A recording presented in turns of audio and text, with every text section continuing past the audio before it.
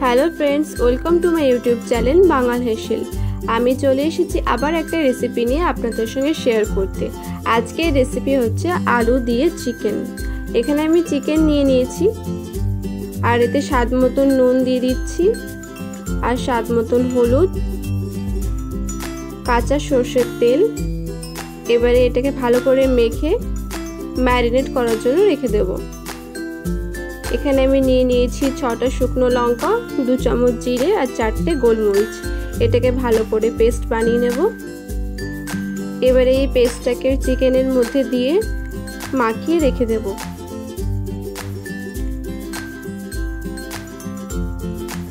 এবারে আমি কড়াইটা বসিয়ে দিচ্ছি গরম করার জন্য। গরম কড়াইয়ে আমি 4টে এলাচ আর 2টো লবঙ্গ দিয়ে হালকা ভাজা ভাজা করে নামিয়ে নেব। এলাচগুলোকে একটু ভেঙে দিয়েছি, ভাজা হয়ে গেছে। এবারে আমরা এটাকে নামিয়ে নিচ্ছি। ওই কড়াইতেই আমি পরিমাণ মতন তেল দিয়ে দেবো। এবারে কেটে রাখা আলুগুলো আমি একে একে ছেড়ে দিচ্ছি।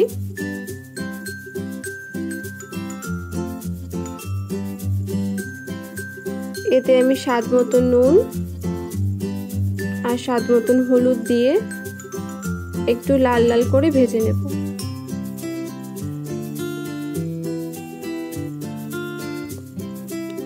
আলুটা ভাজা হয়ে গেছে। এবারে আমি এখানে কেটে নিয়েছি পেঁয়াজ, টমেটো আর রসুন বাটা। ওই কড়াইতেই আমি আরো তেল দিয়ে ফোড়ন দিচ্ছি তেজপাতা আর জিরা আর দিচ্ছি এখানে দারচিনি। এবার এটাকে ভালো করে নাড়াচাড়া দিয়ে পেঁয়াজ দিয়ে দিচ্ছি। পেঁয়াজটাকে ভালো করে নাড়াচাড়া দিয়ে একটু ভাজা ভাজা করে নেব। এরপরে আমি বেটে রাখা রসুনটা দিয়ে দিচ্ছি। এটাকে একটু নাড়াচাড়া দিয়ে সামান্য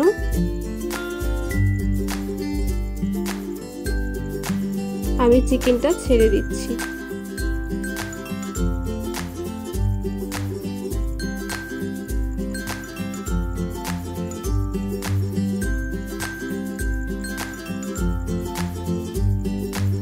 এবারে এটাকে ভালো করে নাড়াচাড়া দিয়ে নিচ্ছি। হালকা তেল ছাড়তে শুরু করেছে। এতে আমি দিয়ে দিচ্ছি টমেটো কুচি।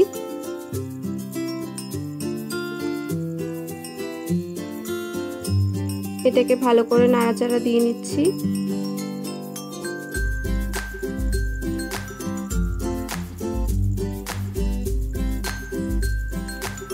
এটাও ভালো করে সেদ্ধ হয়ে গেছে। এবারে আমি ভেজে রাখা আলুগুলো এতে দিয়ে দেব। একসাথে মাংসের সাথে কষিয়ে নেব।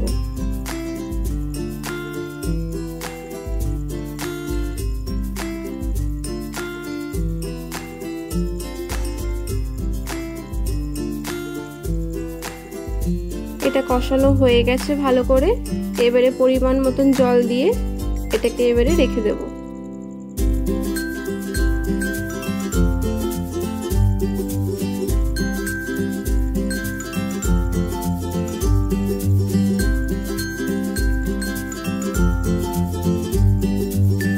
এতে এবারে দিয়ে দিচ্ছি গুঁড়ো গরম মশলা।